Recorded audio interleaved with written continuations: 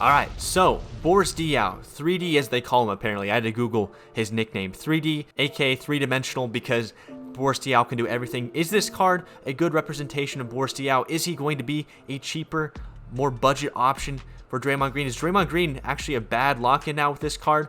Well, I'm going to put the stats up on the screen. You guys can check them out. I'm not going to read through all of them. I'm going to put the badges as well. And you'll see, just to name off a couple key stats here, he's got an 83 3 ball. He's got a mid-range. He's got an 85 standing dunk. He's got one Hall of Fame badge. He's got dimer. He's got clamps. He's got catch and shoot. He's got hot zone 100. He's got 72 speed.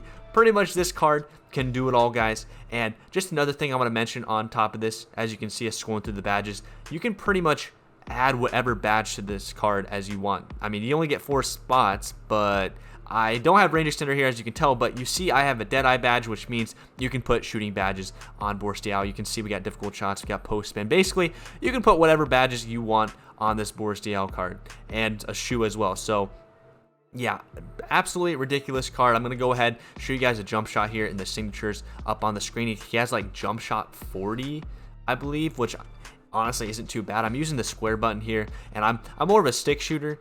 So if I miss some shots here, it's not because the card's bad. It's because I'm not used to the square button. But going through the dribbles as well, he's got some nice dribble moves. He can handle the ball. It's kind of weird. You know, he's really close to that 86 ball control threshold. Actually, no, he's not. He has 71 ball control, but it feels like he's like really close to that 86 speed boosting threshold. And I ended up putting a shoe on him later in one of the later gameplays that you'll see up on the screen.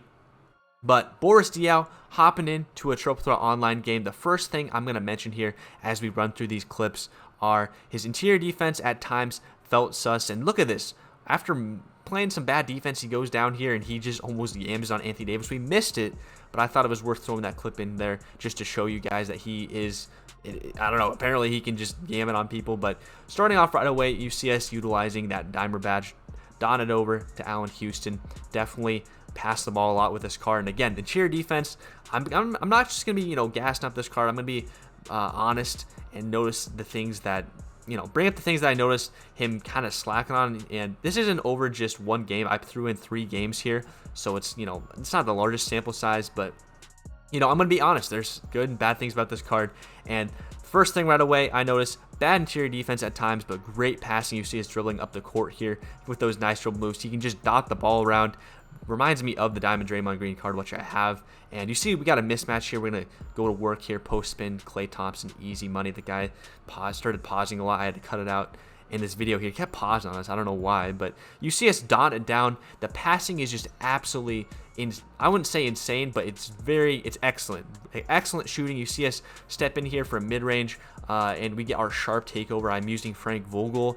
So if you guys use Frank Vogel or a coach that can boost his 3-ball, he can get sharp takeover. Maybe it's like that normally, but you see us dotting it over to Allen Houston again, and we're posting up AD, trying to, you know, utilize these dribble moves that, again, it feels like he's really close to that 86 speed with ball threshold, but he's actually at 71. You see it's just crossing up AD, a Galaxy Opal really, as you see in 2 of these gameplays. We're playing Galaxy Opal cards, we're being guarded, and they start sagging off us. And for the game winner there, we just green a 3-pointer. So we can green on triple threat online, which isn't the easiest thing.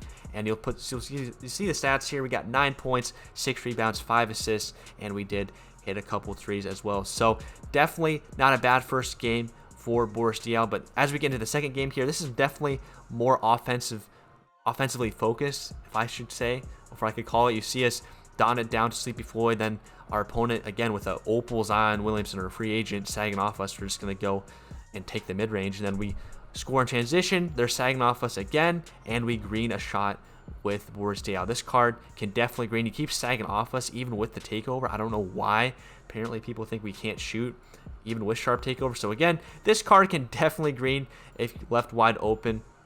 And you see us here, I'm including a clip where we get our own rebound, but he misses the putback, which again, maybe that was just kind of a fluke. But I just noticed in the interior, offense and defense, Boris Diaw, that's not his strong suit, but passing, and basically just playmaking and shooting are probably his strongest suits. He does have good defensive badges. Maybe if you badged him out some more, put gold intimidator, stuff like that, you notice the difference. But that's probably the lowest.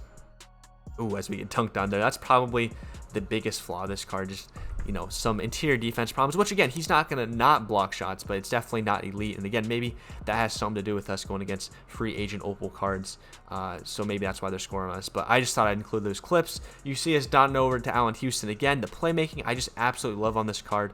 And we ended up shooting 2 for 2 from 3 after the second game. We got a block. We got some rebounds. We got some 16 points. So definitely, I'm going to say Boris Diaw is definitely a more offensive card. Defense comes as kind of a second thing, you know, not the best in the world, but again, he can do it all. And at the 4 position, I was running him at center, quote unquote, on triple threat.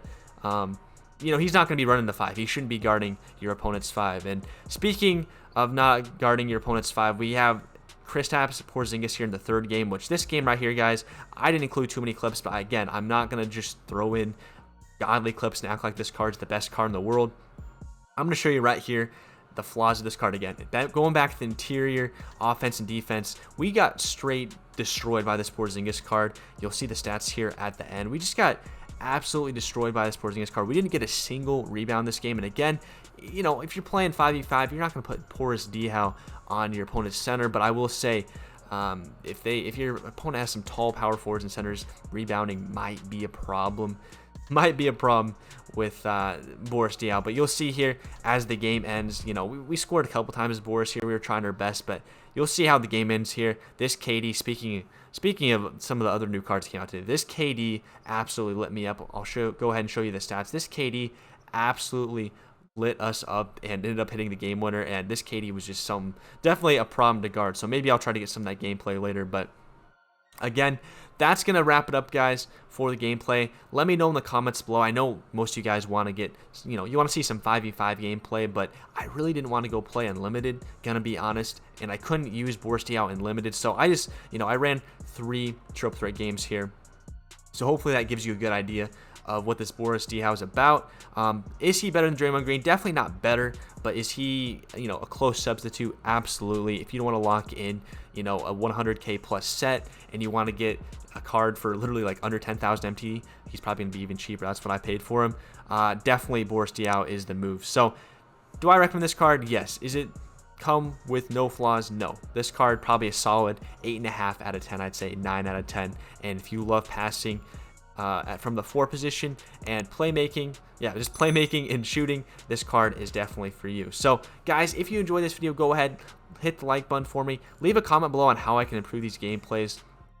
Again, I'm sure people are going to say, hey, you want to see some 5v5 gameplay. Definitely going to work on that. But again, Boris Diaw couldn't play limited, and I didn't really want to touch unlimited with the state that it's currently in. So again, let me know in the comments below on how I can improve. Hit the subscribe button if you're new. And until next time, guys, peace out.